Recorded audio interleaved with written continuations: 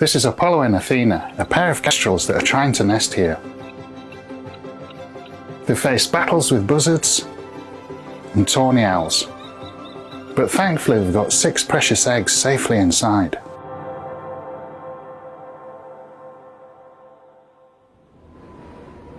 It doesn't take long before the next opponent arrives. A jackdaw lands right outside the nest. With a full clutch of eggs to protect, Athena quickly sees it away and calls for backup. Together they see the threat off.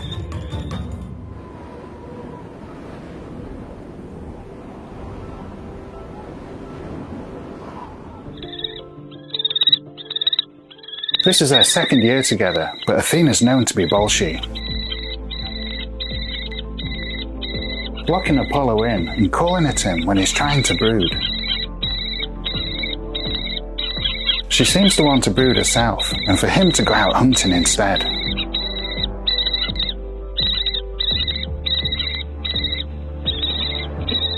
And she won't let him out.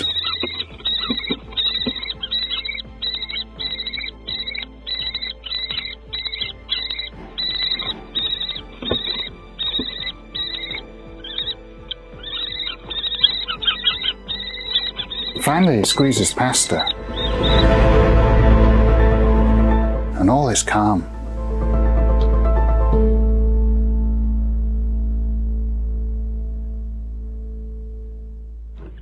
Soon he's back with a large vole.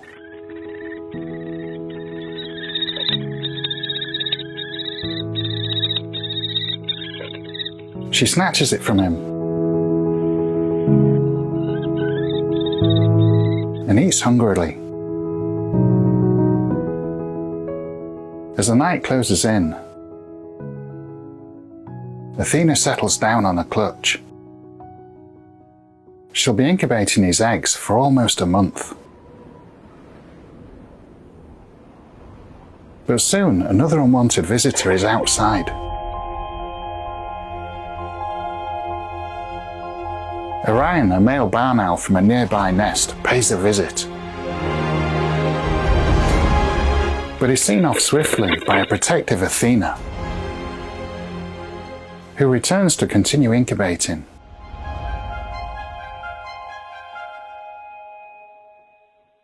The eggs are safe once more.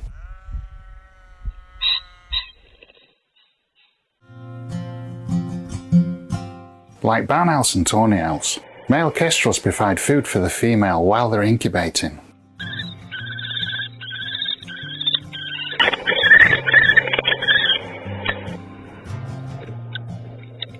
But male kestrels also share incubation duties, and Apollo is doing a great job.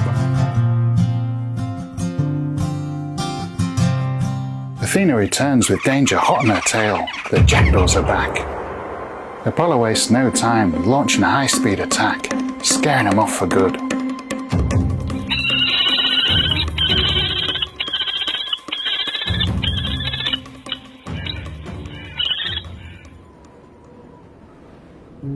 "34 days after laying her first egg, Athena takes over brooding for the last time.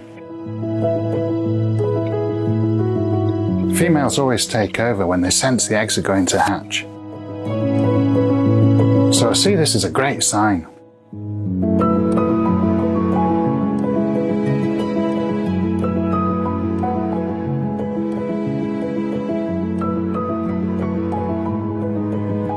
And just over 12 hours later, the first chick is here. It's covered in white downy feathers and its eyes are closed. 4 hours later, the second emerges. Apollo arrives soon after with a meal for Athena. He pauses in the entrance and then returns for a closer look. He sees Athena carefully feeding them.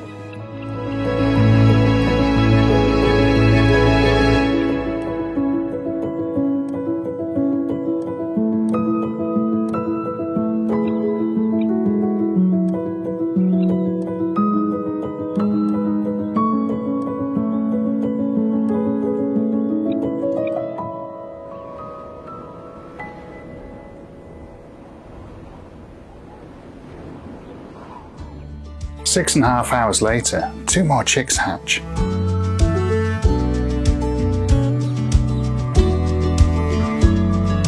Athena helps this one out of its shell.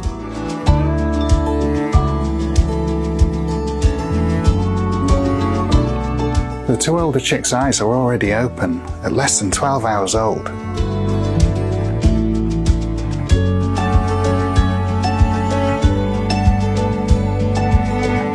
The 5th chick hatches the next day and is soon the size of its siblings.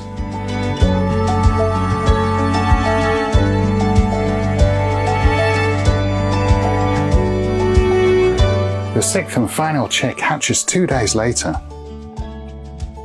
It'll be at a significant disadvantage with it being so much smaller. Let's hope it catches up with the rest of the brood.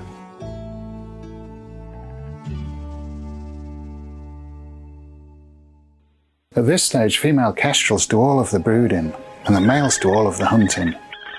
Apollo has to shift up a gear while Athena cares for the chicks. He starts off well, delivering a linnet and a vole.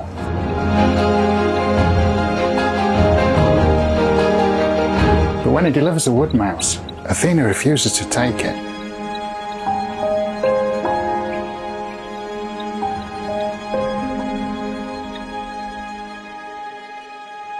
He looks confused and leaves with the prey and doesn't return for 3 hours. But then Athena calls him in.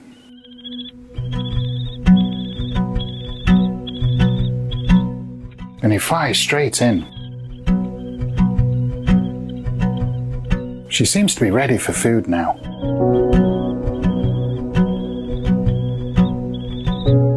So he heads off again.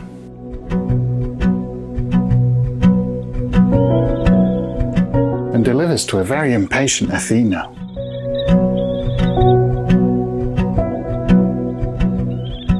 But he isn't allowed in to see the chicks.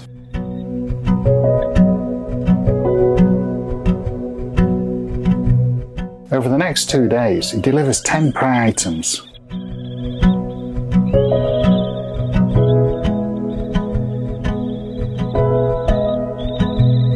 But this isn't enough. Each chick needs about a vole a day. And Athena needs 3 or more herself. And she takes things into her own talons and goes out hunting. Most of the chicks look to be doing well, but I can see a much smaller one. I'll be keeping a close eye on this one over the next few days. I don't want to go in now, for fear of scaring off the parents and risking the whole brood.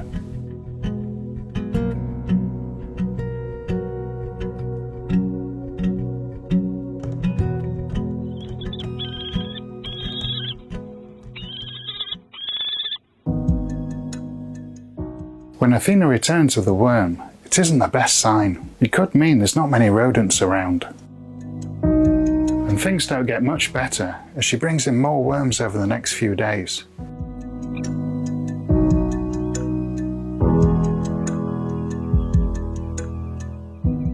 The youngest chick is much smaller than the others and is getting left out of the huddle. I decide it's time to intervene. So I bring the youngest chick back to base for some care. So I've been watching the kestrels at Ashwood really closely, and 5 chicks are doing really well, but this 6th chick, the last one to hatch, hasn't really grown much at all. The other ones are much bigger now. They're stood up about this high, and this one last night when I was there was cold. It was to one side of the others, and it clearly would have died either overnight or today. So it's always a difficult decision when it's a wild animal, but I took the decision to try and help it and see if we can get it back out there into the wild. This chick's 11 days old and it's more the size of a 4 or 5 day old chick. It really is struggling to grow for some reason. Despite my best efforts and even showing some improvement, this chick sadly passed away. It's such a shame, but thankfully the other 5 chicks are doing well. With less mouths to feed, the food will go further.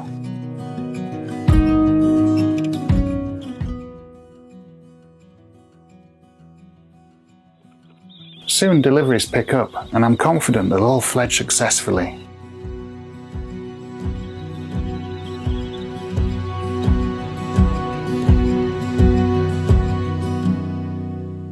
Join me next time to see these kestrel chicks get their ID rings.